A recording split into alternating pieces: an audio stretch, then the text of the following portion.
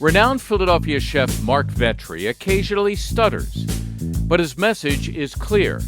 The faith he had in himself when opening his first restaurant, Vetri Cucina, back in 1998. I was never thinking like, oh my God, what if nobody comes? What if, I mean, now I think that, when I open something, but then I was never even an option. Sixers fan, musician, and chef extraordinaire, Marc Vetri, next on Fresh 24.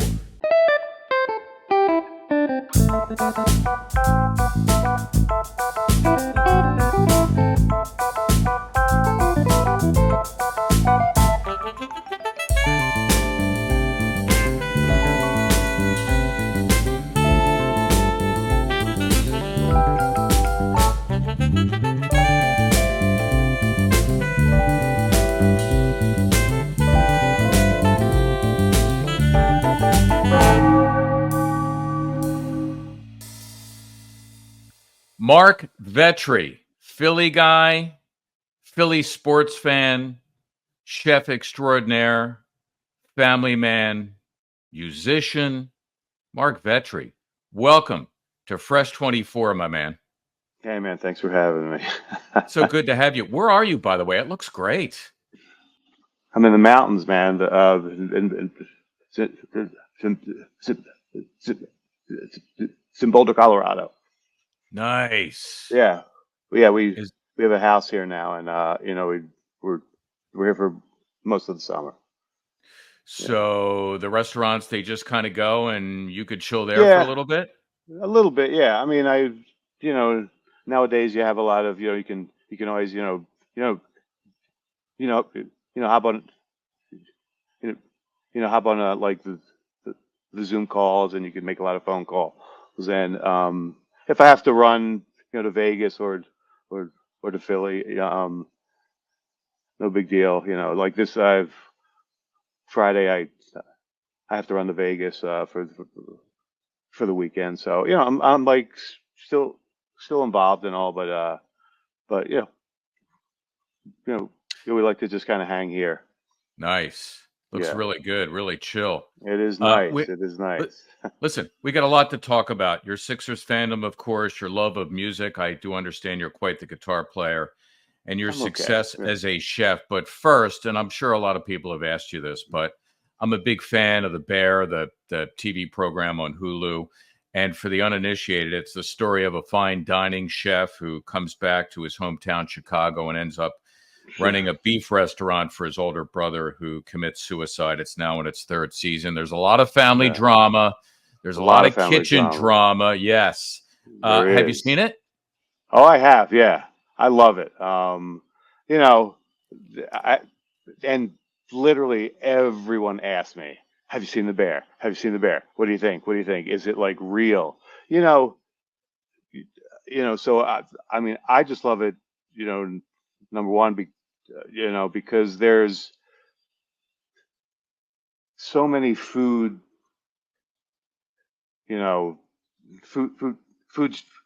shows out there, and I don't really like any of them, but this one's a lot more like real, a lot more fun. There's a lot of really awesome acting in it, and the actual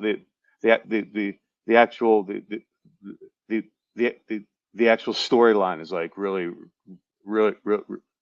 fun. I will also say that it's realistic to a sense that yes, there are sort of chefs like that who are like maniacs and like who like yell and like use awful language, and they throw stuff. But that's not really how it is in like real restaurants. Maybe in some restaurants, but if I acted like that, nobody would ever work for me. You know what I mean? So I would actually say that it is awesome. there is some reality there, but it is kind of a little bit not how we run restaurants. Mark, one of the big storylines, certainly as season 3 was coming to an end, was a restaurant review that they were really pinning a lot of their hopes on. How much power do these reviewers really have? You know, it's an interesting thing, and I have had my issues with restaurant writers. I've had a lot of fights with them. I think that you know, we've we we have a love sort of hate relationship. Um, I don't really think restaurant reviews now hold the weight that they used to hold. Um, Years ago, in like 1998, when I opened up, you just waited for your local Philly writer, New York writer, Los Angeles writer. You just waited for it. Like, oh my God, am I going to get 3 stars? Am I going to get 2 stars? Am I going to get 4 stars? That was it. You know, but I would say 10 years ago, 15 years ago, it was less relevant. And nowadays, I don't really think it's relevant. I mean, at all, because when I opened up, there was no internet. I mean, it was 1998, so there was internet, but like, we didn't have a we didn't we didn't have like websites. There wasn't Eater, there wasn't Fubu's, there wasn't all these other things that were like, oh my God, Marc Vetri's opening up a restaurant, so and so's opening up a restaurant. There wasn't any of that. You know, like I just opened, and our first night we did like 9, and our second night we did 15 covers. And it was all like word. Have you heard about this restaurant? Have you heard about this restaurant? There was nowhere that you could look. Nowadays, you're you're going to open up something, and the whole world knows about it, from Los Angeles all the way to New York. Everyone knows about you're going to open this up. So one article is not gonna make a big difference. You know, What's the number one reason why restaurants do not succeed? the number one reason I would actually say is they don't know who they are. And I've opened up some restaurants like that where we're like, what are we? My most successful restaurants are the ones that you open up something and you like know, like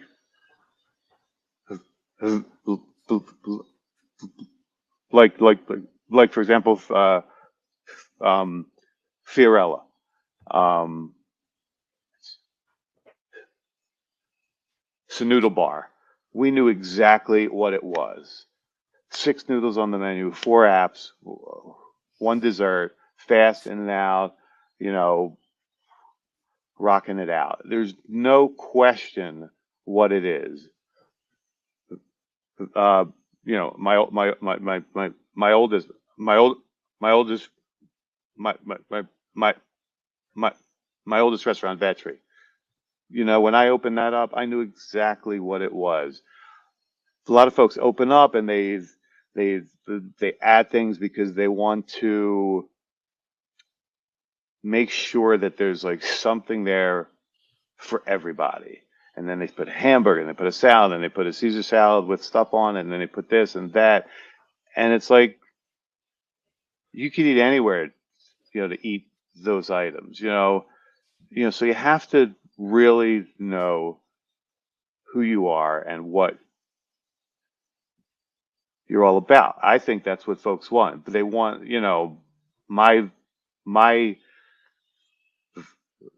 my thoughts and my like sort of vision of you know, what I want to make. They don't want the watered down version of like your initial thoughts. You have to kind of stick with what you initially started.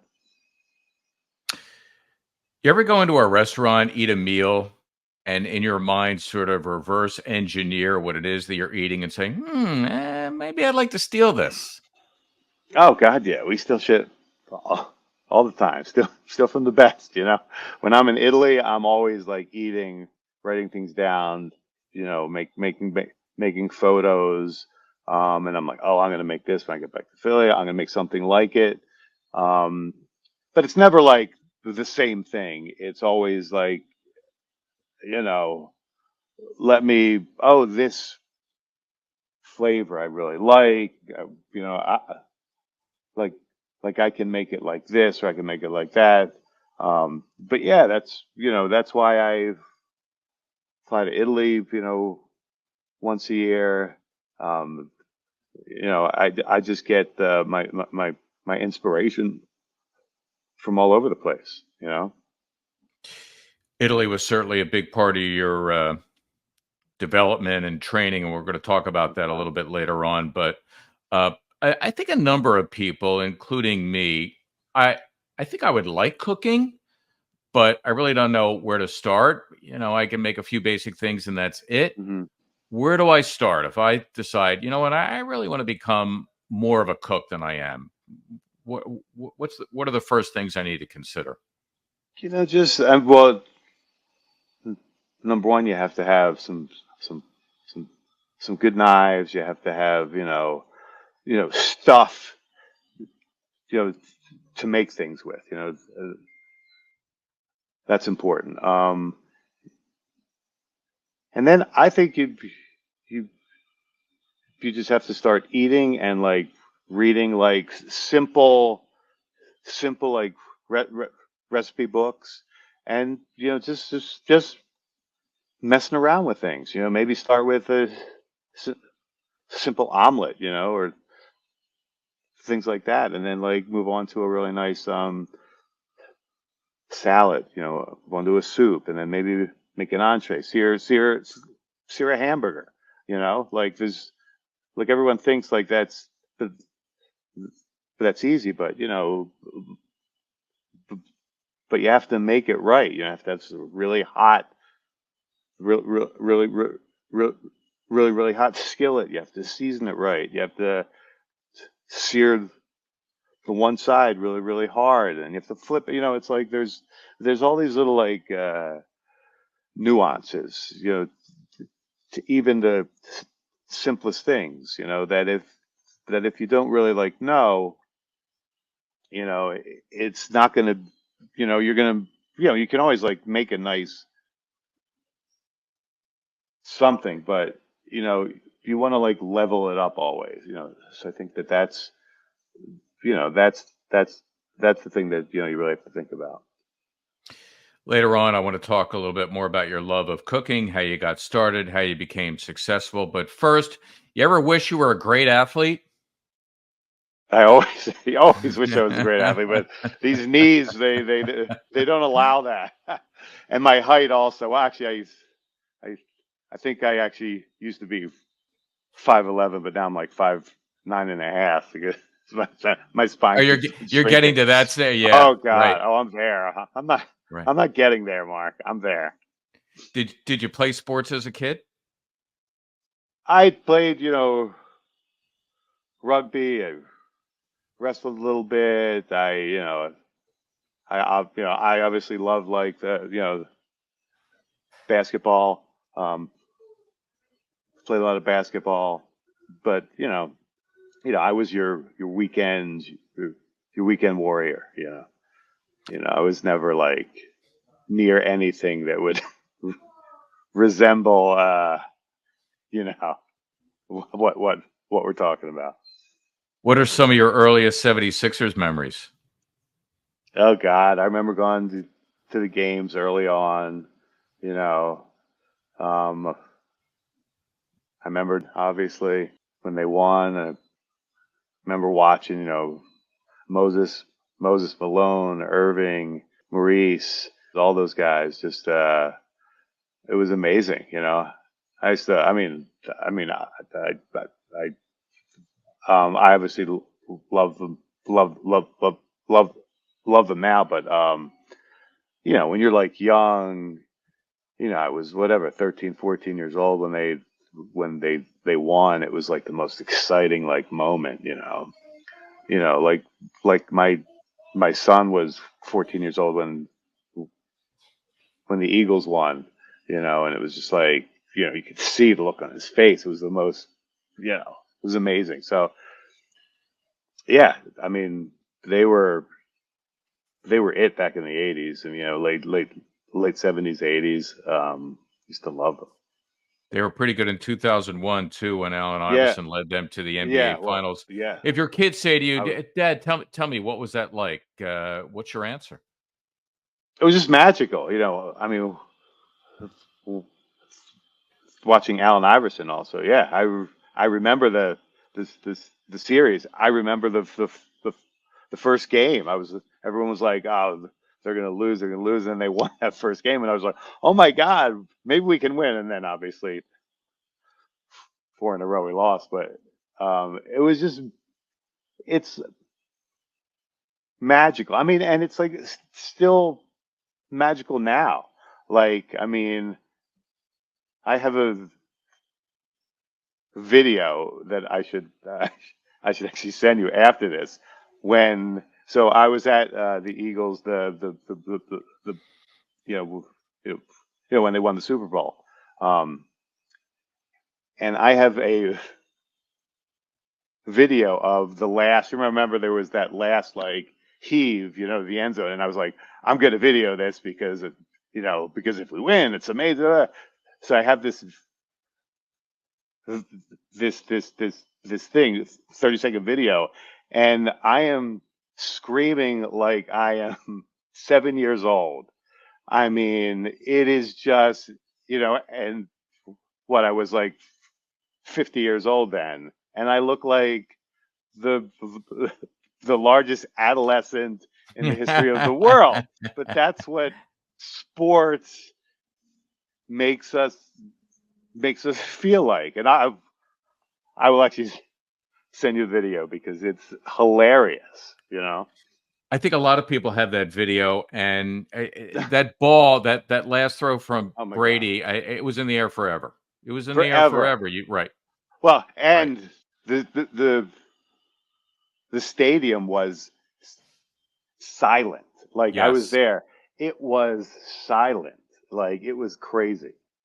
I was there too. By the way, it's a moment I Oh, never were you? thought that I would see in my lifetime. So now I Never. tell people I could die a happy man. I actually saw the Exactly. Eagles in person In win a Super person. Bowl. Exactly. Listen, we're going to get more into your career. I want to talk about you as a guitar player morphing into a successful chef, which I find fascinating, and how you built your business and some of the more Sure. aesthetic things about music and cooking. But first, it is now halftime, Mark. And the first part Halftime. of Yeah. our halftime is the Garage Beer six-pack of questions. It's brought to you by Garage Beer, beer-flavored beer. Find some near you at drinkgaragebeer.com. I am going to give you a choice between two things, and you just blurt out the answer. Don't think about it. Just blurt it out. Are you ready? Okay. Yes, I Here am. we go. A cheesesteak or soft pretzel? Steak sandwich. Come on, Frank Oliveri. Okay. Wow. The Center City or South Jersey? Center City. Come on. Gritty or Philly Fanatic? Philly fanatic. Meek Mill or Hall and Oates? Hall notes. Sorry. Dr. J or Allen Iverson throwback? Oh, come on. I have to go with Irving. I have to go with There you Irving. go. Yeah. Liberty Bell or Rocky Steps? Rocky Steps. But by the way, before we go on, Frank Oliveri, just for the uninitiated, tell everybody who he is. They may not know. Pat's steak There you go. sandwiches. Come on. Okay. All Yes. right. Enough said. The six-pack of questions brought to you by Garage Beer, beer-flavored beer. Find some near you at drinkgaragebeer.com. You said cheesesteaks. Yeah, What is a cheesesteak. Whiz world-class? West. Yeah, okay. I I was answered the going to say, question before you said it. Sorry. no, that's perfectly fine. I was just going to ask what a world-class chef likes as a guilty pleasure, and you pretty much just told Oh, me. whiz. I mean, if I have a lot of them, not good. But every 3 months, 4 months, I sort of have that. God, I really have to have a steak sandwich. So I head over there. All right. Well, now it's time for me to give you a handful of artists, actually 5 from my music library, and you tell Okay, me if you have them in your library. Are you ready? go ahead. Jimi Hendrix, Of course. U2, Yes. The Who, Yes. Neil Young, Yes. Pink Floyd. Yes. So the theme here, Hendrix, The Edge, of course, from U2, Pete Yeah. Townsend from The Who, Neil Young, Yeah. and David Gilmour Sh- from Pink Floyd. I mean, these are all what Amazing guitar. top 50 in Rolling Stone. Have you seen that list? I have not actually. No. Yeah, check No. it out. It's online. Okay. Okay. You Yeah. could see it online. Um, Yeah. and I'm going to get into the guitar thing in just a second, but first, you were born in Philly. What neighborhood and what was it like for you From growing up? Abington. Um, you know, was raised there. Normal. Normal. Mom and dad, older sister, younger brother. Just I guess your normal suburban life. Nothing really special. What'd your Just parents normal. do? What'd your parents do? My mom, she was a lawyer. Um, she was one of those, first. She was one of, I think, maybe the only like woman in her uh law school. She graduated she, she graduated Temple University. I think she was one of the only the, the only women there. And then my father, he owned he, he owned a bunch of retail stores. Crown Jewel. They were in like all of the malls. Um, he sold like earrings. Did like he did like like like everybody's their ears. He, ear piercing. Mm-hmm. I used to Mm-hmm. ear pierce when I was like 13 years old. Oh, wow. I used You to still work at have the it? stores. I used to work at the stores. I used to use the ear gun. Oh, and I I used to do see. all the ear You did it. piercing. Oh You yeah, did no, it. You no, did. yes, Okay. yes, yes. I used Okay. to work at the stores. Yes, I used to ear pierce. When I was young. Any cooking then or just eating? Yeah. Oh, sure. Well, my my father's family was from Sicily. So and they lived they lived down at Seventh and League. So Sundays were head down to South Philly. Have the uncles, the aunts, everybody over, meatballs, lasagna, fried smelts, stuffed artichokes, all the stuff. Um, and that's really where I sort of fell in love with it. Obviously, I used to love Sundays heading down to South Philly. I used to want to go down early. Sometimes they would let me like sleep at night so I could actually help. Um, and I just kind of fell in love with it then. So it was always, and then like around 8 or 9 years old, I started to make my own things. Okay. So it was always I started early. And you got serious about guitar when you were a kid. Tell us about that. Yeah. Well, my father, didn't know what the hell. I was like lost. I was like lonely, stuttered. Didn't have any friends. Um, so I was, I think, 10 years old, and he he bought me this Ibanez. The, he likes to say he thought it was the biggest waste of money ever. But I just fell in love with it.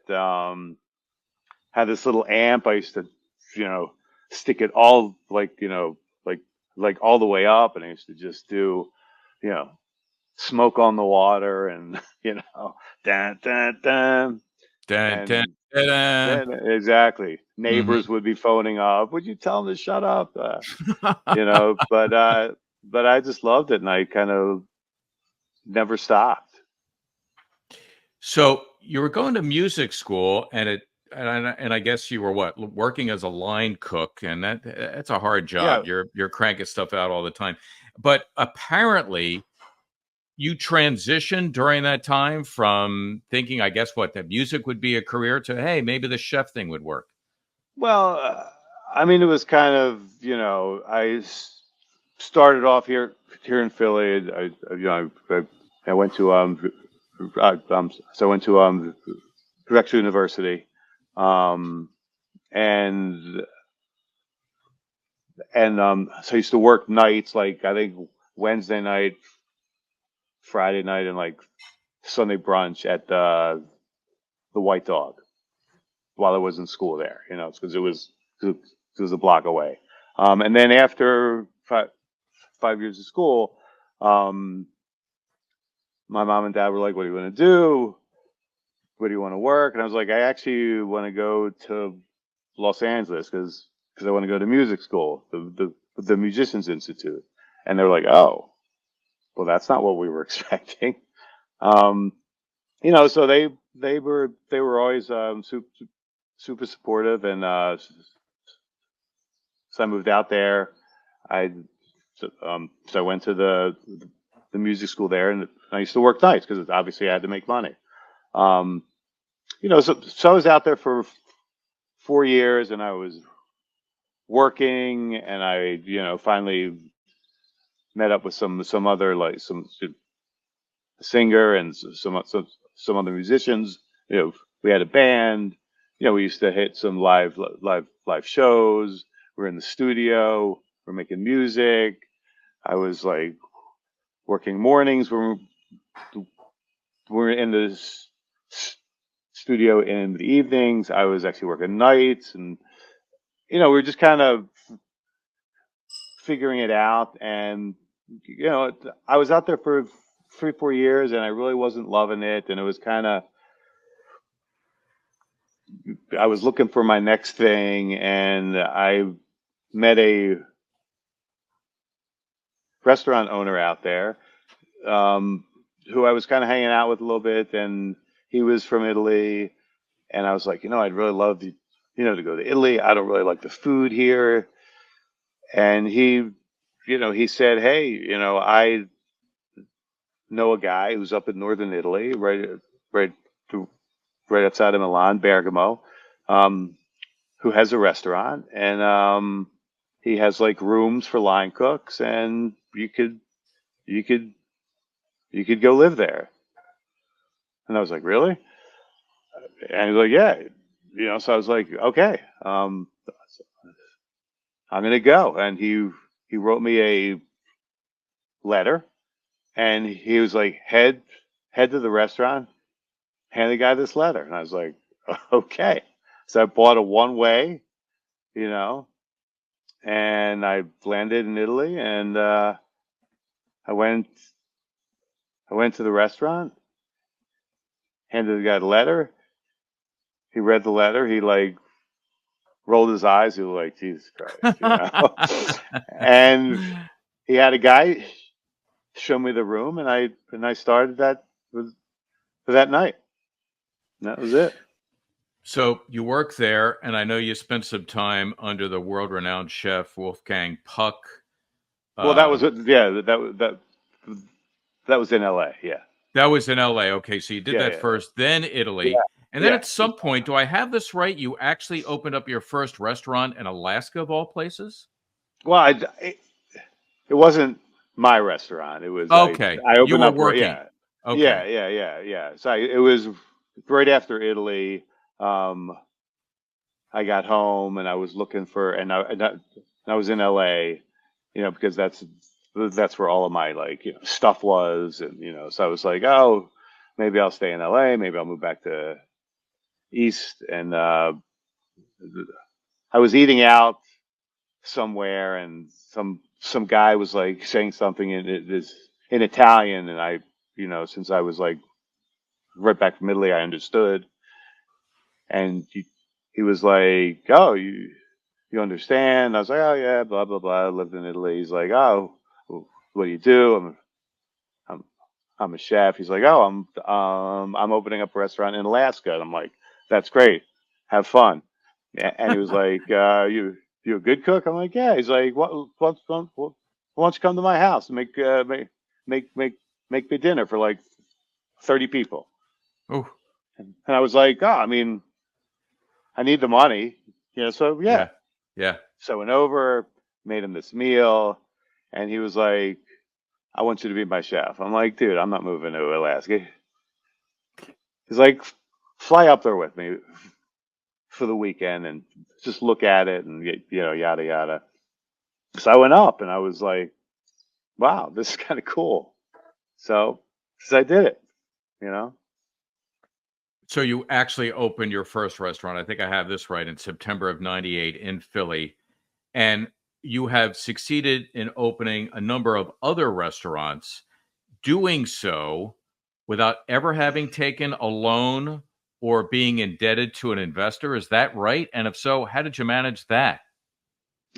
So I opened my my first restaurant September 22nd, 1998. This is our 26th year anniversary this year. Mm, And I was looking for money. I was like initially looking at some other restaurants, um, larger restaurants where I would have needed a lot of money, and when I started asking, all of those folks who were like, oh, when you're ready to open, let me know. They were all like, yeah, now's not a good time, So so I started looking for a smaller restaurant, and I found where I am now. And it was not a lot of money. Um, I opened up Vetri for $150,000. I had saved about 50,000, the last years, just working as a chef. And I went and I actually started heading to a lot of like the banks, and must have went to 15 banks, and I had written out everything. I had like everything laid out, but they all said no. And then one guy said yes. It was Mellon Bank, way mm. back in the day. They're not around anymore. They they basically said, we'll give you one $1 for every you know for everything you're going to stick in. So I had about $50,000. So the, they gave me $100,000, Okay. and it was a small business loan. Obviously funded by the Fed. So I got a loan for 100,000. Um, I think I maxed out a Visa, maxed out an Amex, and I opened for 150 grand. And then I didn't open up another restaurant for 11 years, or Mm. 9 years. I opened my second restaurant in 2007. It was Osteria, and I was able to stick my house up against the loan. So I was able to get a $500,000 loan then, and then so on and so forth. I just leveraged me and my finances, or you know, whatever I had, my partner, him, um, Jeff Benjamin. He leveraged his house, he leveraged his stuff. So he and I just leveraged. We just basically believed in ourselves. I was always I always learned from my father that you know risk risk equals reward. If if the someone else makes the risk, some investor, then they get the reward. But if I make the risk, then I'll get the reward. And listen, it like might have not worked out also. So it was it was sort of my risk. Well, you said might not have worked out. What's the percentage in your guesstimation of restaurants that fail? I'm pretty sure it's well over 50, nearing 75. So the fact that you had faith in yourself against those odds, I think is pretty remarkable. I think it says a lot you about know, you, and it's something that I think maybe a lot of young people can take away as well, knowing that, hey, yeah, the odds are stacked against me, but if I believe that I can do it, I at least have to give it a try. yeah, failure was never even in my mind. It was like, Hmm. I'm going to open this up, and everyone's going to love it, and this is it. It was not even like there was no. I was never thinking like, oh my God, what if nobody comes? What if I mean, now I think that when I open something, but then I was never even an option. Hmm. Interesting. One last thing I wanted to ask you about your family. You have children. Any Yeah, interest among them and you being know, or the I restaurant business in general? I don't think so. My youngest Mario, maybe he seems to really like food. We eat out. You know he and I we eat out often. For his 14th birthday, we went to Friday, Saturday, Sunday together. And he was just like, "Oh, this is amazing! The vibe, the food. I mean, he eats things. And it's like, oh, this is really good. And maybe needs a little salt. Like he's like really knows food well. But he's the only one, maybe. But he's into so many other things also. So yeah, I don't know. Yeah, most kids are into teenagers are into food just for Yeah, fuel, and then that's it. yeah. One last thing. I know I thought that was going to be my last question, but I want you to No just talk worries. about your Vetri Community Partnership. It's your way of giving back. What Sure. exactly does the Vetri Community Partnership do? Uh, well, we started off years ago, obviously 15, 16 years ago, just making sort of school lunch, just making a much, much, much, much healthier option for school lunch because obviously school lunches are like rough, especially in like the the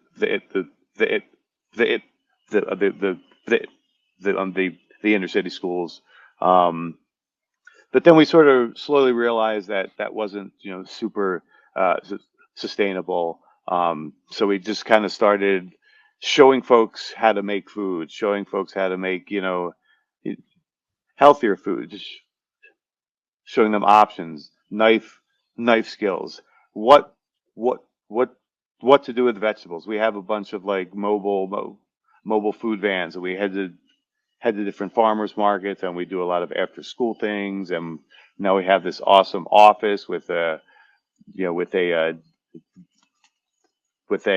like 4 ovens in there, so we can hold events there. And we do local like neighborhood lessons once a week, where we invite we invite neighbors in with their their families, and we just kind of make you know healthy meals, healthy recipes. Our main thing is kind of showing folks how to make healthy options. So for example, if you head to the farmer's market and there's like, whatever, some sort of vegetable, like you know you know whatever it is, squash. Someone's going to say, "Oh, I don't know how to use that. I don't know how to do it." So we're there, and we have knives and ovens and everything like that. So we're like, "Hey, here's how you actually slice a squash. Here's how here's 4 different recipes for squash," and then they eat them, and then they're going to be like, "Oh, I'm gonna make this at home." So then we're sort of the missing link, you know, between healthy food um, and actually having folks eat it. So it's been 15 years. We have 25 full-time staff there. Wow. We have a $2.5 million a year budget. So it's a pretty large organization now. Yeah, we're really happy with it.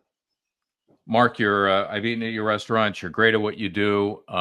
We appreciate what you give back to the community, and I appreciate you being with us on Fresh 24. Thanks so much. Thank you so much, Mark. My pleasure. I've obviously been listening to your voice my whole life, so it's certainly an honor. Appreciate the props, my man. Take care. Hey guys, thanks for listening to this episode of Fresh 24. Please subscribe, rate, and review wherever you get your podcasts. Check out our friends over at Philadelphia Sports Nation, a local Philadelphia sports site covering your favorite teams across blogs and social media. PHLSportsNation.com. Philadelphia Sports Nation. PHL Sports Nation. Enhancing your Philadelphia sports fan experience.